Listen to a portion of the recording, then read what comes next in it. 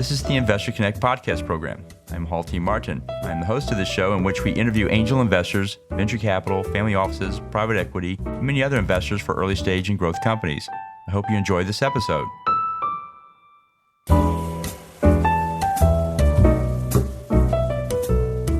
Well, hello, this is Hall Martin with Investor Connect. Today we're here with Ashu Garg, general partner at Foundation Capital. Foundation Capital is a venture capital and private equity company located in Palo Alto, California. Foundation Capital was founded in 1995 as an early-stage venture capital firm. Their fintech, enterprise, and consumer investments have reinvented industries and defined new markets. For a quarter of a century through boom and bust, prosperity or calamity, Foundation Capital has endured, evolved, and thrived with over $3 billion in committed capital, 28 IPOs, and 80-plus acquisitions to their name. Ashu, thank you for joining us. Thank you for having me today. Great. So what was your background before investing in early stage companies? I spent 15 plus years as an operator, mostly in enterprise software. Started my career at McKinsey, a couple of different stints in McKinsey, did a couple of startups, was a Cadence Design Systems where I ran strategy and marketing, but then went on to 2 long stints at Microsoft, where I both ran field marketing for the enterprise software businesses globally, and then also ended up building out the online advertising P&L for Microsoft. And that was my last operating job. Well, great. So what excites you right now? It's a remarkable time to be an entrepreneur and an investor in startups. There is, at least on the enterprise side, there's a fundamental disruption that's underway across the enterprise software stack. This disruption is being driven by 3 major trends. There is machine learning and the use of AI that is transforming the way we think about applications, but it's also driving fundamental changes across the infrastructure supporting that. I think there's the shift to the cloud and to a multi-cloud environment, and that is upending how we think about infrastructure software, how we think about platform, the transition to new platforms. And then there's also a big change from proprietary architectures to distributed architectures and to open source. And when you take these 3 things, all this disruption is creating massive opportunity. And I think we have a 10-year run ahead of us. It's an exciting new time. COVID has given us a whole new set of care abouts and a whole new startup cycle to work with. So I agree. So what's your advice for people investing in startups today? The hardest part about startups, especially with the lens I have is mostly around enterprise software, is there's a lot going on. And whether you're an investor or an entrepreneur, you have to pick and choose where to focus. And so if you're an investor, I would say some investors focus on a certain stage. Some investors take more of a sector or a thematic view. And some investors are more people first, and you have to pick. And then whatever your investment approach, I would say get as laser focused on identifying what's your source of leverage, what's your unique advantage. I mean, after all VCs are really just salespeople with fancy business cards. So you got to figure out, what are you selling? Oh, great. And so on the other side of that table, what's your advice for people running startups today? As an entrepreneur, you're both in the best times that an entrepreneur has ever had, in the time that I've seen sort of technology startups over the last 25 years. But it's also challenging in the sense that because capital is cheap, there's tons of competition in every pocket of opportunity. So I think the key as an entrepreneur is not to get distracted by all the noise around you. Focus on a clearly defined opportunity. Focus on finding product market fit, and then focus on scaling like crazy once you have that product market fit. So that's one, because it's very easy to get stuck and to get defocused from the hype. So focus on finding product market fit and scaling.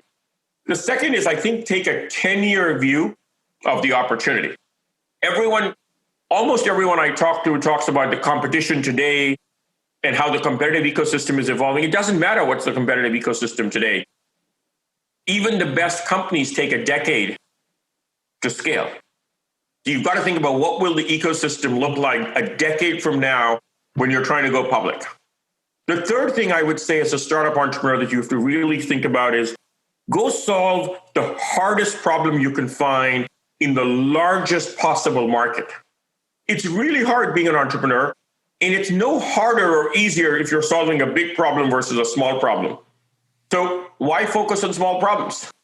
Pick the hardest problem you can find, go climb the hill that seems almost impossible to climb.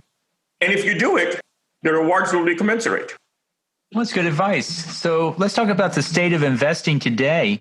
How do you see the industry for venture evolving? Venture has been historically a cottage industry. If you look at capital deployed in venture relative to capital deployed across other asset classes, it's traditionally been tiny. And I think that's changing. It's a journey. Venture has become more mainstream in the last few years. You're seeing venture firms that look more like asset management houses than they do venture firms. You're starting to see a lot of the growth stage investors coming into early stage. You're starting to see large public market funds like T. Rowe Price and PIMCO start to invest in pre-IPO companies. You're seeing the hedge fund investors start to invest in the early stage. So there's a lot going on. I think it's an industry that is growing up, is the way I would think about it. As it grows up and it scales, there's disruption. And I think there's disruption in venture creates opportunity for new investors. So what do you think the biggest change you see is coming up next for venture? I think historically venture has been a business where brands and firms have mattered less than individuals and people. And which is why you see firms evolve and fragment, and from the ashes of every successful firm, multiple new firms have emerged. And even today, it feels a little bit like that. You're seeing the emergence today of solo capitalism as a major new trend. I think over time, we will start to see actually a consolidation, and we'll start to see a handful of firms become money warehouses and have multiple products and have scale. And then we'll start to see best-in-class boutiques focusing on specific sectors and stages. And I definitely think that when things settle down, the industry will look very different from what it does today. You think a handful of venture capital funds will actually be those money funds, or do you think it will come from the big tech like Google or Amazon or Facebook? I think it'll definitely be standalone venture capital firms. I think the large platforms, technology companies, they go through ups and downs, and their commitment to investing and to venture goes through its ups and downs. We've gone through a phase that over the last decade, the NASDAQ has grown at over 20% year over year for a 10-year period. So the tech giants have had an enormously successful decade.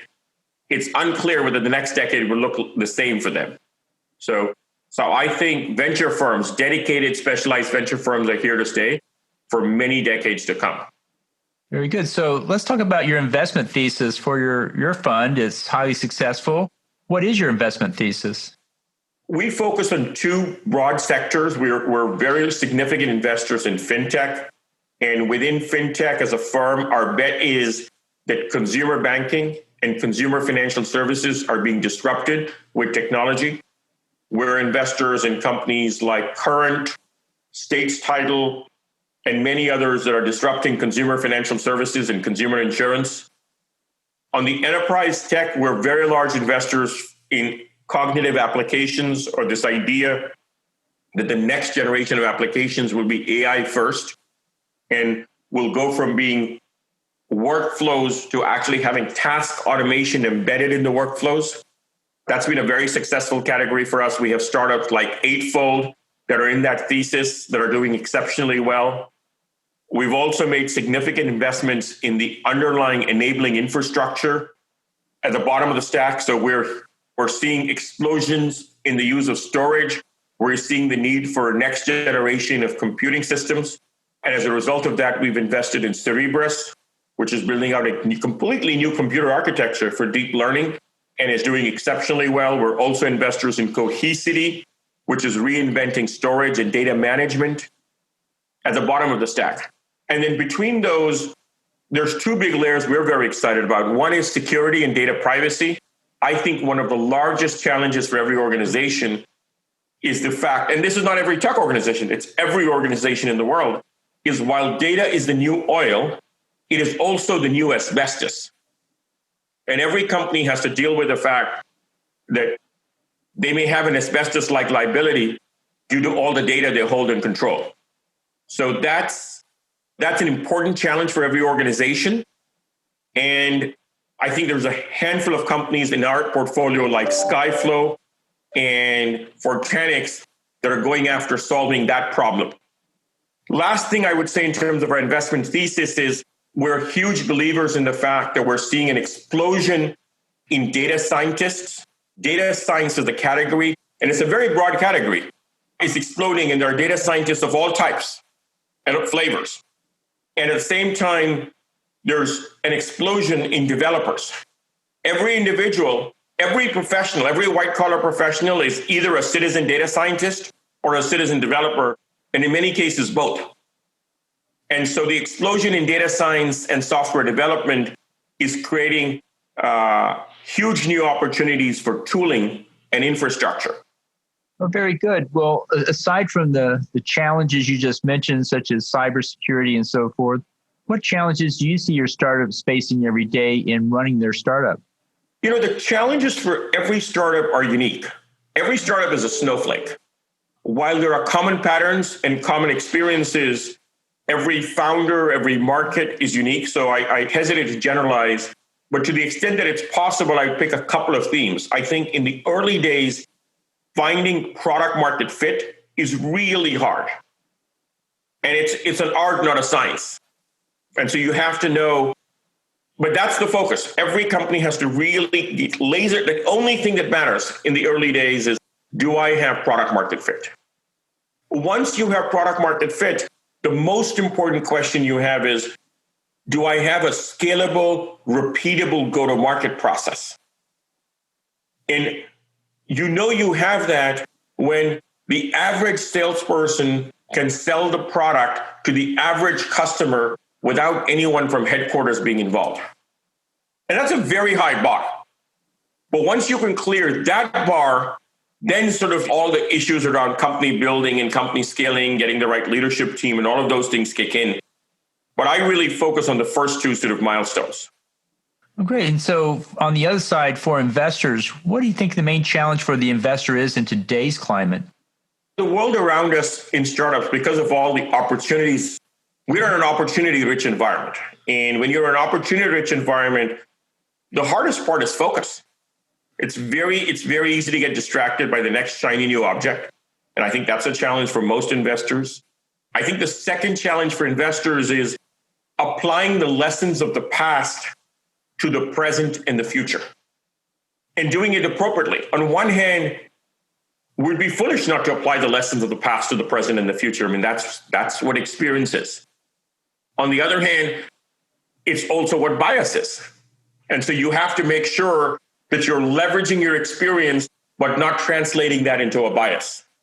Just because a certain type of individual was successful in your prior life, or just because your experience has been with a certain class of people, that doesn't mean that's the only class of individuals that can be successful in the future. So being open to possibilities. But that balance is really hard as an investor to maintain. What was true yesterday may not be true today and tomorrow. Well, very good. So you see a lot of different applications and sectors out there in the market. If you had to pick two or three that you think are good immediate opportunities for investors to pursue, what would you recommend people look at today? You know, I always think that investors need to take a step back from the specific and zoom out to say, what are the biggest macro trends in society? And I think one of the largest macro trends in society is this notion that while data is the new oil, it's also the new asbestos. And that macro trend, I think, creates massive opportunity. The second big macro trend, I would say, is every company is becoming a software company. Nike is a software company today. Vale, the mining company, is a software company. Goldman Sachs is a software company. And in a world where every company is a software company, every company is also getting into the data business. So if you imagine a world where every company is a software company and every company is in the data business, there's a huge number of downstream opportunities from that are implications of that macro trend. So in the last few minutes that we have here, what else should we cover that we haven't? I think the lesson I've learned after having spent more than a decade, frankly, failing more often than I've succeeded with early stage startups, is you've got to start from first principles, and you've got to focus on the people, and you've got to focus on solving really hard problems that matter. So that would be my advice. First principles, focus on the people, solve hard problems that matter. Great. Well, I appreciate your taking time to share this with us today. How best for listeners to get back in touch with you? My email is the best way to reach me, agarg@foundationcap.com, and try to send me a targeted email. You've got to find a way to communicate in the first paragraph or two why what you're doing is a good fit for me. And I will read every single email I get. I will not respond to most of them. And so just for practical reasons. So if the first paragraph gets me engaged and it feels like this is something that's a fit for me, you will hear back from me. Well, that's good advice for everybody.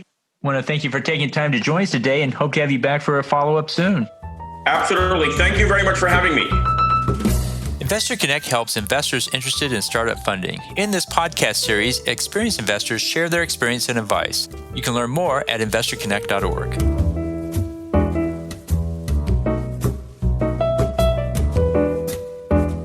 Hall T. Martin is the director of Investor Connect, which is a 501c3 nonprofit dedicated to the education of investors for early stage funding. All opinions expressed by Hall and podcast guests are solely their own opinions and do not reflect the opinions of Investor Connect. This podcast is for informational purposes only and should not be relied upon for the basis of investment decisions.